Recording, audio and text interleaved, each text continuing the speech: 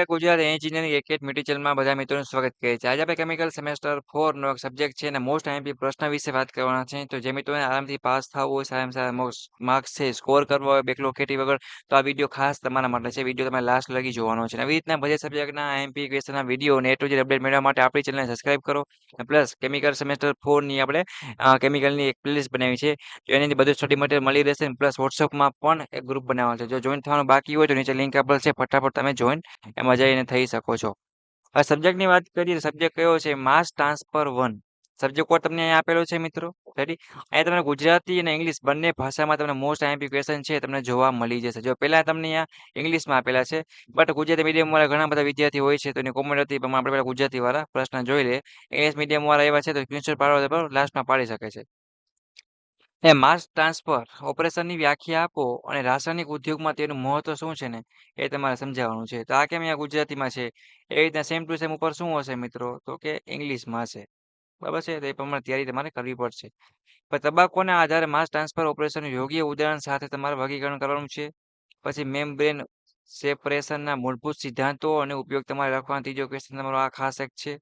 પછી વાત કરીએ મિત્રો તો ડાયરેક્ટ અને ઇનડાયરેક્ટ માસ ટ્રાન્સફર ઓપરેશન વચ્ચે તમારે તફાવત આપવાનો છે.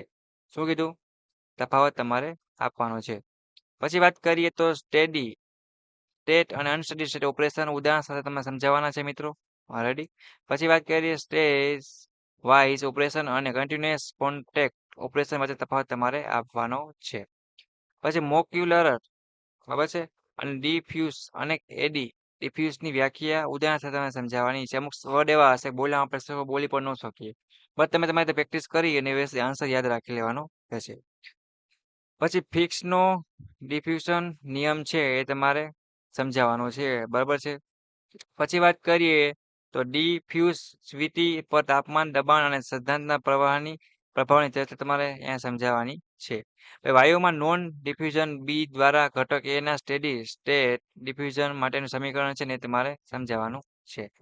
પછી મિત્રો જો અહીંયા આપણે આગળ પાછળ થઈ ગયું છે થોડુંક, કોઈ ટેન્શન લેવાની જરૂર નથી. વાયુઓમાં ઇક્વિમોલ કાઉન્ટર ડિફ્યુઝન માટેનું સમીકરણ ઉત્પન્ન કરો. અને પછી નેક્સ્ટ શું છે કે પ્રવાહીમાં નોન ડિફ્યુઝન બી દ્વારા એના સ્ટડી ટેસ્ટ માટેનું એક સમીકરણ તારવાનું છે. ઇન્ટરફેસ માસ ટ્રાન્સફરમાં સામ્યતાની જે સંકલ્પના તમે સમજાવવાની છે. પછી શું કીધું? તબક્કાઓ વચ્ચેના ડિફ્યુઝન માટે ટુ રેઝિસ્ટન્સ થિયરી તમારે સમજાવવાની છે. લોકલ અને ઓવરઓલ માસ ટ્રાન્સફર કોફિશિયન્ટ તથા તેનો ઉપયોગ તમારે જણાવવાનો છે. પછી વાત કરીએ મિત્રો તો ગેસ એબ્ઝોર્પ્શન સમજાવો અને તેના ઔદ્યોગિક ઉપયોગની ચર્ચા તમારે કરવાની છે. આદર્શ પ્રવાહી દ્રાવણ માટે રાઉન્ડનો જે નિયમ છે ને તમારે સમજાવવાનો છે.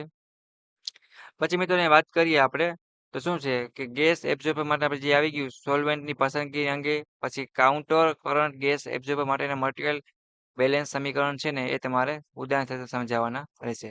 એબ્ઝોર્બર માટેનું મિનિમમ લિક્વિડ ગેસ રેશિયો તમારે સમજાવવાનો છે. પછી વાત કરીએ તો ટ્રે ટાવરની રચના અને કાર્ય પદ્ધતિ સ્વચ્છ આકૃતિ સાથે તમારે સમજાવવાની રહેશે.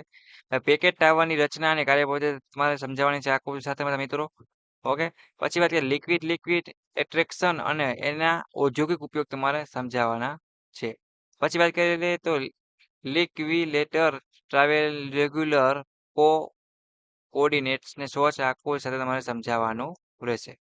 Single stage extraction material balance અને સંખ્યાત્મક ઉદાહરણ સાથે તમે સમજાવવાનું છે મિત્રો.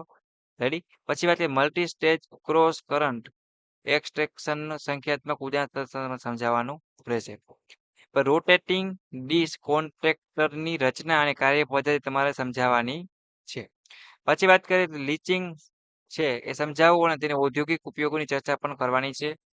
કન્ટિન્યુઅસ કાઉન્ટર કરંટ બાબત CCD ને સ્વચ્છ આકૃતિ સાથે સમજાવવાનું છે. આ ટોપ 30 પ્રશ્નો હતા મિત્રો જે ગુજરાતીમાં હતા. એના સિવાય ઉપરની જો વાત કરીએ તો અમુક ઇંગ્લિશમાં બધા એ આપેલા છે.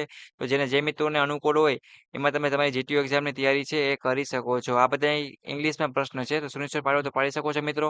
પછી વાત કરીએ આગળના પ્રશ્નો. આ બીજા 5 પ્રશ્ન આવી ગયા અને પછી જે ઇંગ્લિશ મીડિયમ વાળા હોય કોઈ લેવાનો બાકી હોય એ પણ તમે લઈ શકો છો.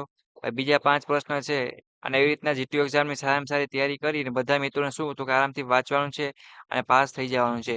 એના સિવાય કંઈ પણ અટકો છો, કંઈ પણ હેલ્પની જરૂર પડે ચોક્કસપણે મને તમે જણાવી શકો છો. આવી રીતના આપણે કેમિકલ સેમેસ્ટર 4 ના બધા સબ્જેક્ટના ઇમ્પોર્ટન્ટ વિડીયો છે એ આપણી યુટ્યુબ ચેનલની પ્લેલિસ્ટ છે મિત્રો. એમાં એડ કરી આપશું અને તમે સારી સારી રીતે જીટીયુ એક્ઝામની તૈયારી છે એ કમ્પ્લીટ કરી શકશો. એના સિવાય કાંઈ પણ હેલ્પની જરૂર હોય તો કોમેન્ટ કરજો અને તમારા કેમિકલ સેમેસ્ટર 4 ના બધા દોસ્તોને વિડીયો શેર કરો. Thank you for watching Gujarati engineering academy YouTube channel.